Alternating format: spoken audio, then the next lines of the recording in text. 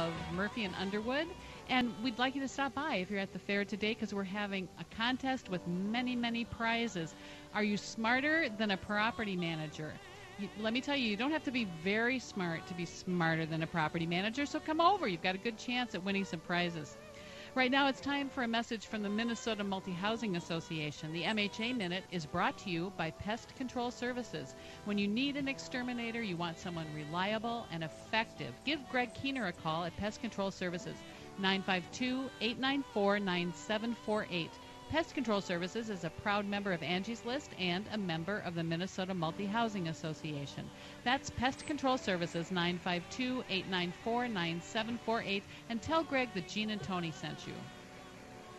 If you're renting out a property for the first time, there's a lot you need to know so that you can do it successfully and, frankly, keep yourself out of trouble.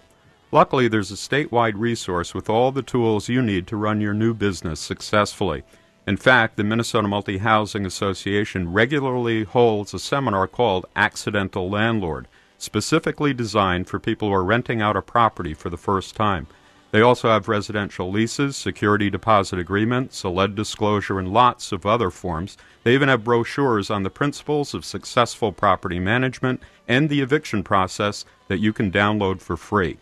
So if you want to know more about the Accidental Landlord Seminar or other classes about owning, managing, or maintaining anything from a single unit to a growing apartment portfolio, visit the Minnesota Multi-Housing Association's website, mmha.com. That's two M's, mmha.com. Gene, before the break, you were introducing a story about Diablo Grande Homeowners Association. Right. So tell us about that. And before we get back to that, just two other quick things here.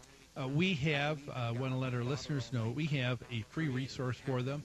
It's a bi-monthly newsletter called What's New. A lot of the topics we cover on the radio show are covered in further detail there. It's yours free for the asking. All you need to do if you're here at the State Fairs, you can talk to one of our lovely interns who can get that, have you sign up for that free subscription. Or you can give us a call at New Concepts at 952-922-2500. Ask for Courtney. She'll make sure that you start receiving your subscription. And one last thing here, too. Just another little Minnesota State Fair fact or trivia. Yeah. Do you know how many acres of corn, Tony, is sold at the corn roasting booth just last year in 2010?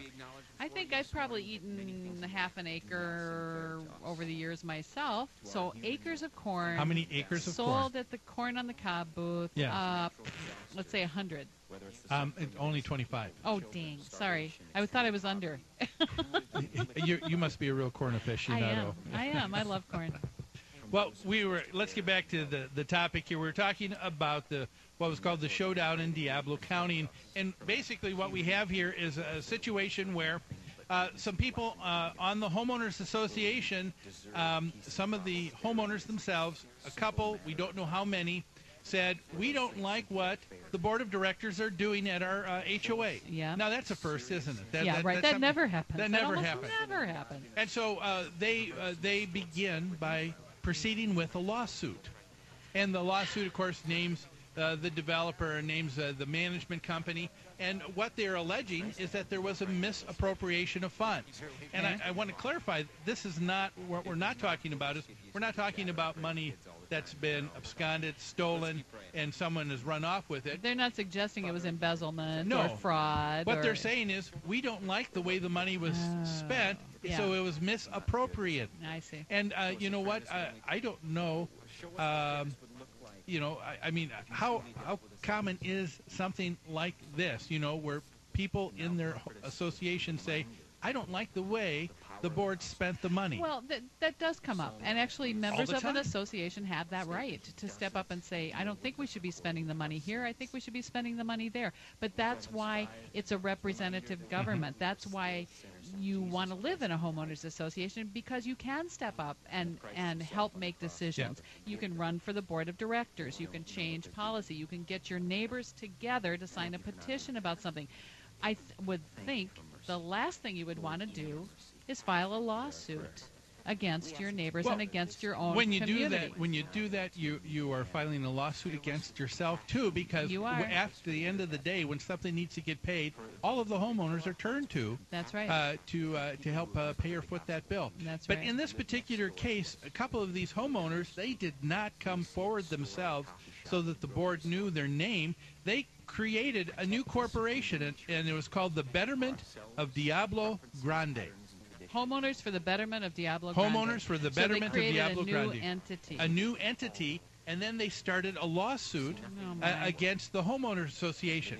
What's interesting in the whole turn of events here is that as that was brought up in court, one of the things that the defendants, in this case people on the board, said that was interesting is there is no entity in the association called the Homeowners for the Betterment of Diablo Grande, so they can't sue because they're not a member of the association. They can't sue the association because that organization is not a member. The people that can sue Are the or members. bring a charge against the my. board are people that are members, and these people were not members because they created they created They this created a non-entity. a non-entity. Wow. Okay, that's complicated. And so of course they wanted to get that tossed out. The other thing that was interesting was the people who were suing didn't sue the entire board. Now, usually if people are upset with their homeowner association and they're upset with the decisions that they make, you would Right. think that they would say that we're upset with all of the boards because they all acted together right. The board in this makes decision. the decisions as a group. They have to vote on decisions, right? And a majority of the board would rule. But in this particular case, in Diablo Grande, the people that were suing only sued 2 members of the board. Wow. The others they wanted to leave alone. That's And what's that all about? I don't know, but it doesn't sound right.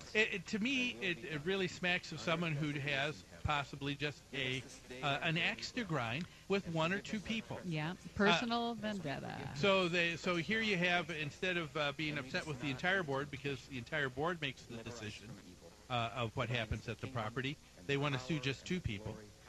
And they make the allegation that there's misappropriation of money. Right. The other thing, they said the elections were fraudulent. Yep, that's Because the person that they wanted to see in on the board only lost by 5 votes. And so, But here it all starts, though, with a group called Homeowners for the Betterment of Diablo Grande. But this group will not state who they are. Isn't that what the Yes. article said? They will not name themselves. So it's an anonymous group of people suing specific board members over issues that are supposed to be decided by the board. and see, that's part of where I have some problem with, and that is, in our legal system, we have where it looks like we're wrapping up. I tell you what, it's that time, Ness. We've got a whole nother hour here of Where You Live with Gene and Tony, but we're going to have to take a quick break. When we come back, we'll finish up on Diablo County